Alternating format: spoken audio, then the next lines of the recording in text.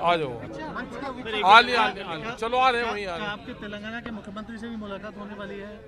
नहीं, 3-3 लाख रुपए के चेक का ऐलान किया है तेलंगाना। वो वहाँ के लिए किया है जो शहीद हुए हैं बॉर्डर पे। तो आपको क्या लगता है कि ये कहीं ना कहीं अब केंद्र सरकार को भी जो है वो इसमें वो करना चाहिए या नहीं, केंद्र सरकार तो करेगी ही इसमें। मतलब मेन डिमांड तो हमारी भारत सरकार से है कि उसका कंपेंसेशन भारत सरकार दे, जो दूसरे स्टेट दे रहे हैं। जैसे लखीमपुर की घटना हुई, और लखीमपुर की घटना में जो छत्तीसगढ़ सरकार थी उसने भी उसको कंपेंसेशन दिया, पंजाब गवर्नमेंट ने भी दिया, और वहाँ पे यूपी गवर्नमेंट ने भी दिया। तो इसी तरह से 750 जो किसान वहाँ पे शहादत हुई उनका कंपेंसेशन भारत सरकार दे। और जो ये दे रहे हैं ये तो एक किस्म से ये होता है कि मदद कर रहे हैं किसी आदमी की। ठीक है जी, कैबिनेट में कल ये बात हुई थी कि जो थ्री फार्म लॉ बिल है वो विड्रॉ करेंगे पार्लियामेंट में अब आने वाले। यहाँ का एमएसपी का कैसे बिकेगा? जो इनका धान है यहाँ का, तेलंगाना का धान एमएसपी पे जब बिकेगा जब भारत सरकार एमएसपी गारंटी कानून ले आएगी, तो इन किसानों का भी 2000 का धान बिकना चाहिए। ये क्यों अपना धान 1200 रुपये में उसमें बेचे? और ये पूरे देश की प्रॉब्लम है। और ये जब होगा जब भारत सरकार लो ले आएगी। सीड बिल लेकर आ रहे हैं, सीड बिल में यहाँ पे हम आंदोलन करें तो उससे नहीं होगा।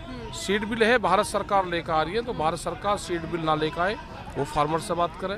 पेस्टिसाइड बिल लेकर आ रही है उस पर बात करें, जो केसीसी पे है उस पर बात करें, फसलों के रेट कैसे बढ़ेंगे उस पर बातचीत करें।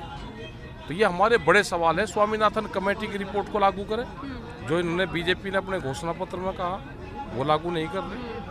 तो इन पर बात तो करेगी ना सरकार। 3 कानून अभी उन्होंने रिफिल करने की बात करी है। 3 कानूनों से समाधान नहीं होगा। 3 कानून तो 1.5 साल पहले अब रिफिल हो गए, लेकिन जो किसानों की जो समस्या है वो तो ऐसी की ऐसी है ना। लेकिन आप प्रोटेस्ट भी तो इसीलिए कर रहे थे कि ये 3 फार्म लॉ बिल जो है वो वापस ले लिया जाए। टिकैत साहब ने 35 साल पहले प्रोटेस्ट करा था, उस टाइम पे तो थे नहीं।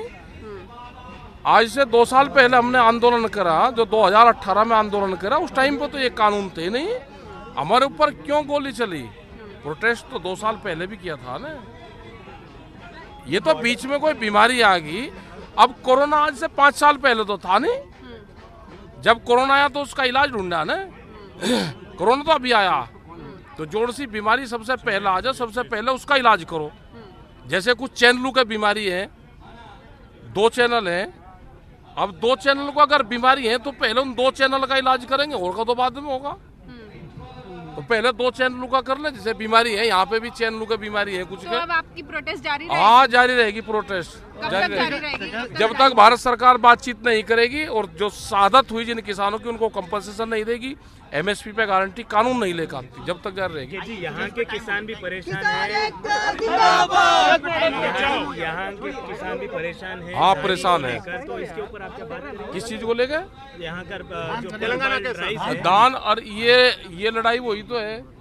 ये जो लड़ाई है, ये लड़ाई वही तो है कि धान पे अगर गारंटी कानून बन जाएगा एमएसपी पे, तो यहाँ का किसान भी, जो लड़ाई दिल्ली में चल रही है उसमें अगर भारत सरकार दिल्ली अगर उस पर कानून बना देगी, तो यहाँ पे 1900 रुपये पर क्विंटल का लाभ यहाँ के किसान को मिलेगा।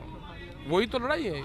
ठीक है साहब, जो मांगे आपकी है, अगर सरकार उस पर विचार करती है, बैठक विचार करती है, नहीं, बैठक करती विचार नहीं, ना बैठक ना विचार, इसका लागू करो।